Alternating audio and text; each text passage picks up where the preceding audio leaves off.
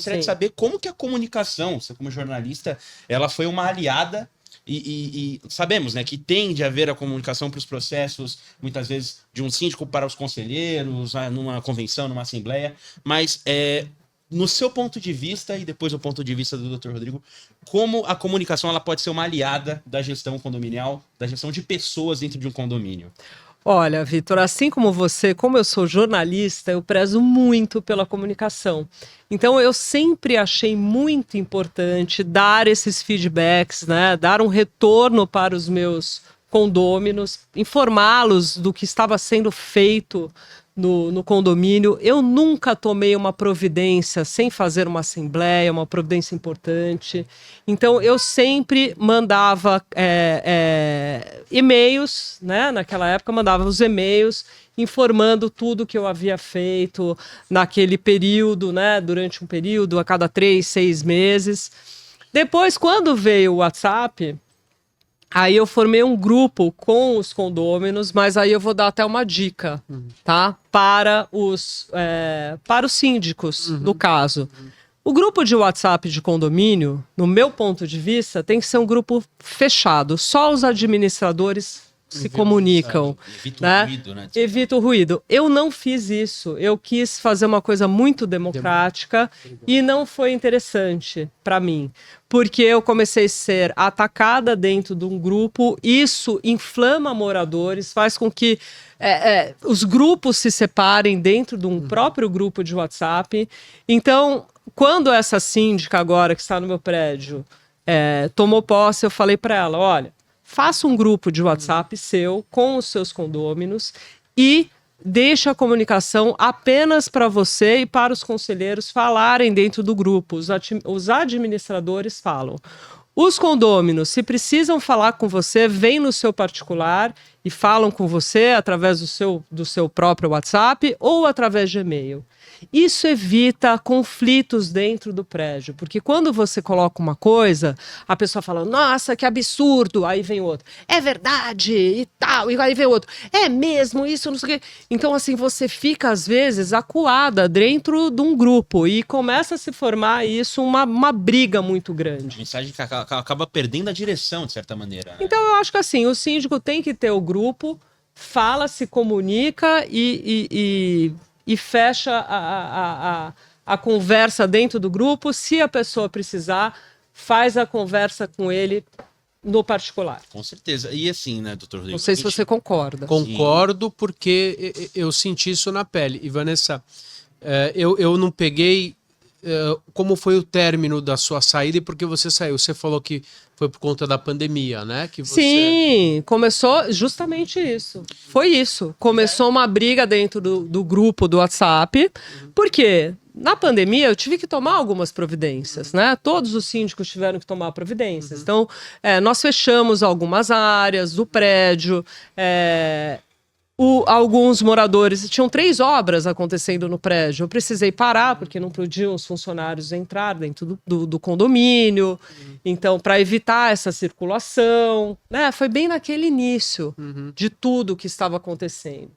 E aí o que mais? E aí começou uma briga grande, o zelador também. A gente implantou, no período da pandemia, uma portaria virtual. Olha só. Então, assim, gerou uma confusão, as pessoas não estavam acostumadas. As pessoas não querem desgaste nem para implantação. Tipo assim, vai ser um benefício, mas antes de chegar no benefício, tem um desgaste, tem uma acomodação. As pessoas não, elas querem chegar no restaurante, mas elas não querem esperar a comida chegar. Querem sentar e comer. Um dos principais gaps em relação à comunicação que nós temos dentro dos condomínios hoje em dia?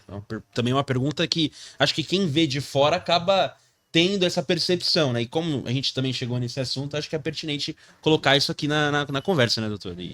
Sim, sem dúvida. É importante que a gente coloque isso, porque as nossas experiências servem para os outros que são síndicos, que estão nos assistindo, que estão vendo, né? Isso é muito importante. Você contar o que aconteceu para que a outra pessoa possa se espelhar nisso, né? Você aprende ou fazendo ou olhando o que os outros fizeram e aprendendo com o erro dos outros e com o caminho dos outros. Eu tenho visto hoje, Vanessa, e acho isso muito triste, Eu fui síndico também. Eu fui síndico em São Paulo e fui síndico na praia.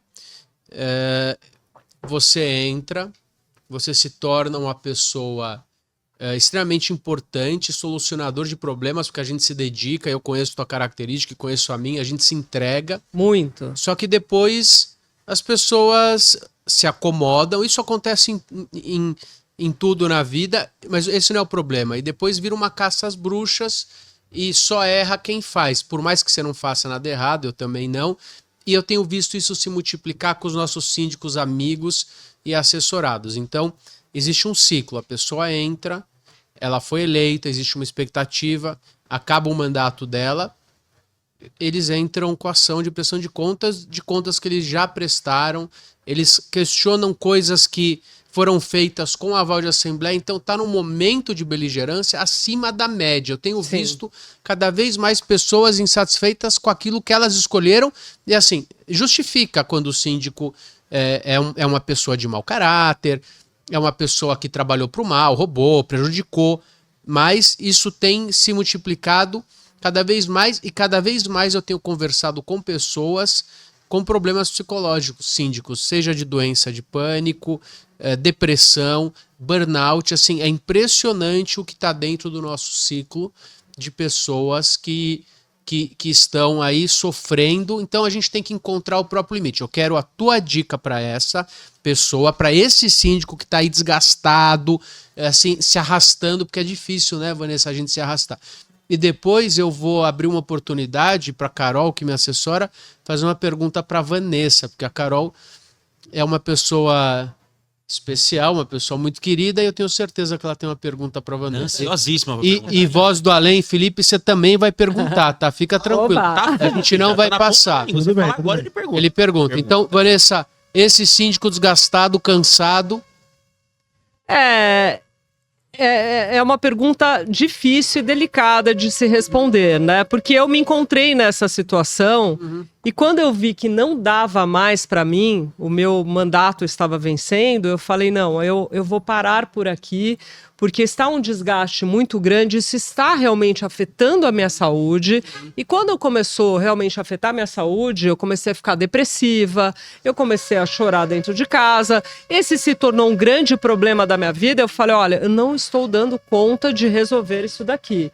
Quando virou essa guerra dentro do prédio, eu falei, não, eu vou me retirar, Meu porque limite, eu ainda... né? Estabelecer limite, né? Isso, chegou no meu limite. Aqui eu me retiro, porque em primeiro lugar está a minha saúde física, mental, em primeiro lugar está a minha família, é um ambiente que eu moro, eu paro por aqui. Aonde E achar parei. esse limite, Vanessa? A gente é acostumado como ser humano a ir além, a ter esse ultrapassar. desgaste. Ultrapassar. É isso, você tem que saber até onde a pessoa pode ir. Olha, o meu limite é aqui. A partir daqui você não passa mais. E com isso eu tive um aprendizado.